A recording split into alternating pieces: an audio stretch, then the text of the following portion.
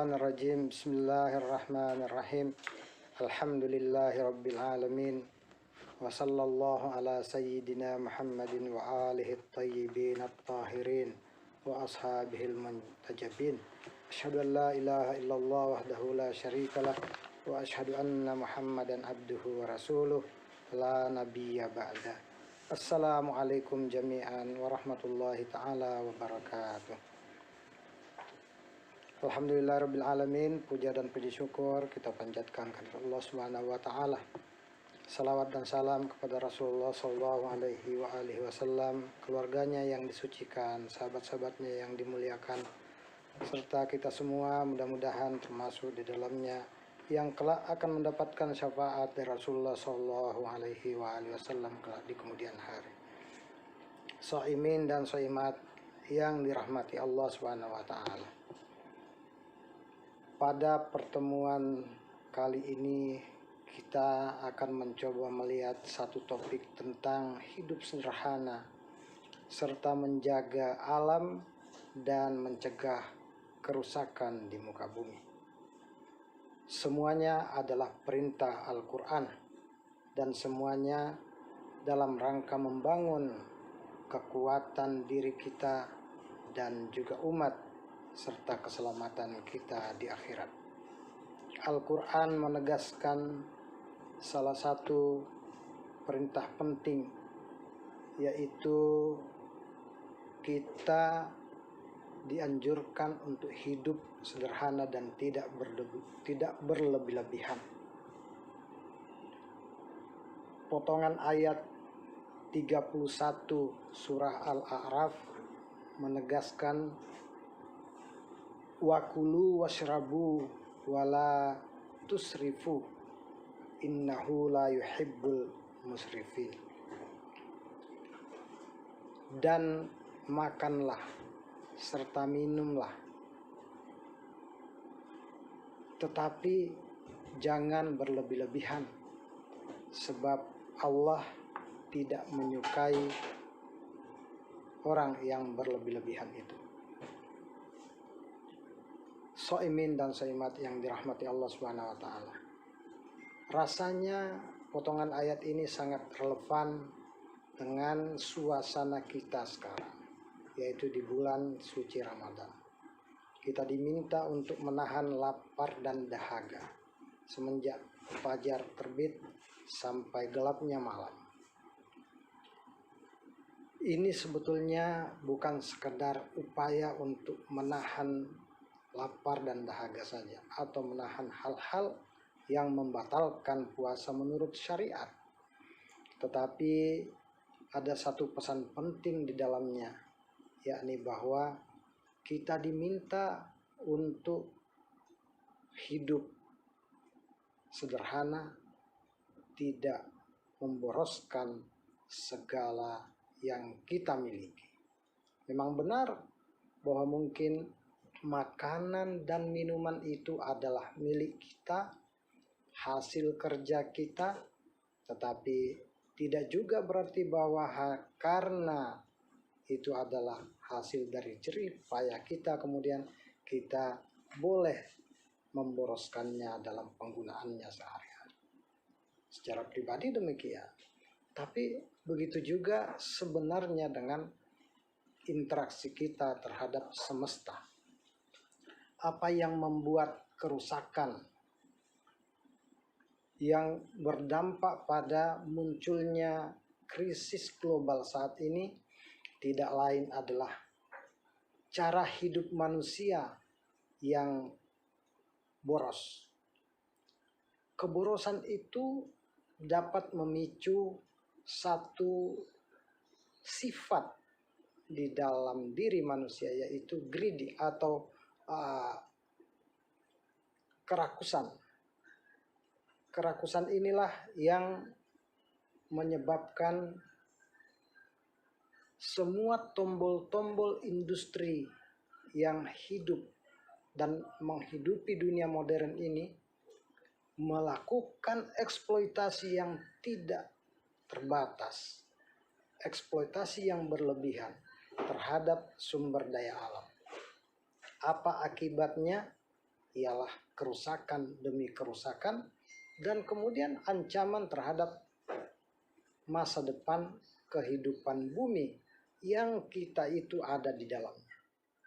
Itu sebabnya sebetulnya peringatan-peringatan Allah di dalam Al-Quran sudah sangat jelas. Di antaranya di dalam Ar-Rum, Zaharal fasadu fil barri wal bahri bima kasabat aydin nas. Telah nampak kerusakan di laut dan di daratan karena kerja tangan-tangan manusia, karena aktivitas manusia yang tidak mengindahkan keselamatan dan keberlanjutan kehidupan di bumi ini. Soimin dan soimat yang dirahmati Allah Subhanahu wa taala, peringatan-peringatan dari Al-Quran ini hendaknya menjadi pegangan bagi kita, alarm penting bagi kita untuk dihidupkan kembali. Maksudnya adalah bahwa ajaran penting untuk hidup sederhana, menjaga alam, dan mencegah kerusakan di bumi adalah tanggung jawab kita, individu per individu. Dan juga tentu saja adalah tanggung jawab masyarakat, tanggung jawab negara, dan tanggung jawab peradaban kita. Itulah sebabnya pula bahwa peringatan dari Rasulullah SAW, peringatan dari para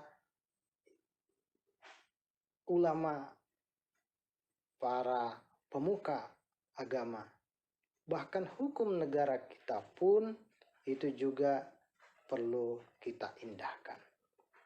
Soimin dan soimat yang dirahmati Allah Subhanahu wa taala. Karena itu pula lah maka kita perlu mendalami bahwa ternyata puasa ini mengajarkan kepada kita sejumlah prinsip penting. Di antaranya adalah bahwa ada prinsip mengurangi. Mengurangi apa? Bukan hanya jumlah makanan yang kita kurangi, tetapi mengurangi rencana yang memungkinkan kita akan mengeksploitasi alam secara berlebihan.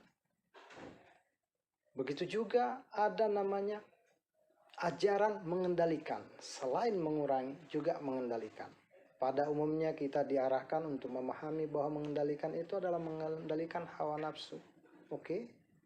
Tetapi pada prinsipnya mengendalikan semua program atau rencana yang memungkinkan untuk mengarah pada kerusakan sumber daya alam, berhentinya satu proses kehidupan, itu perlu kita kendalikan.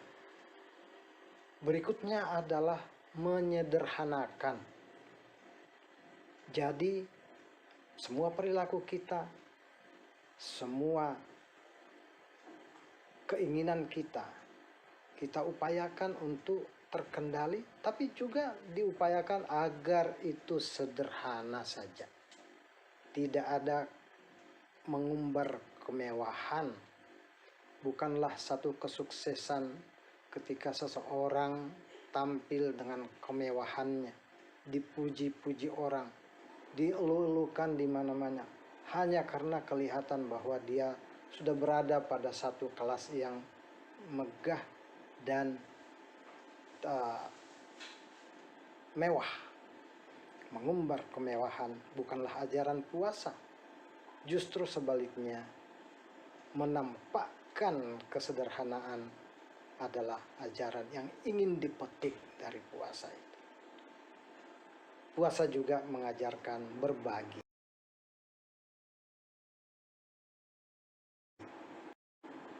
Justru karena tidak adanya semangat berbagi inilah, maka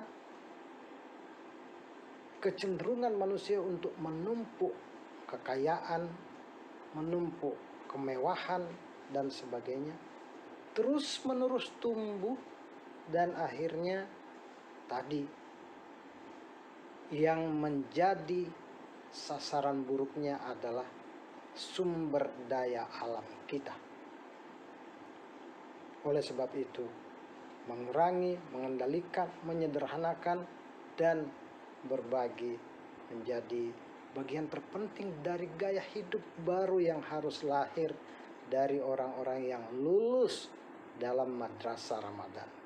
Ijazah dari madrasah Ramadan adalah takwa, yang akan menuliskan tebal namanya di sana bahwa si fulan telah lolos dari ujian Ramadan dan akan menjadi bekalnya bagi perjalanan berikutnya 11 bulan kemudian sampai bertemu tantangan dan latihan bulan Ramadan berikutnya.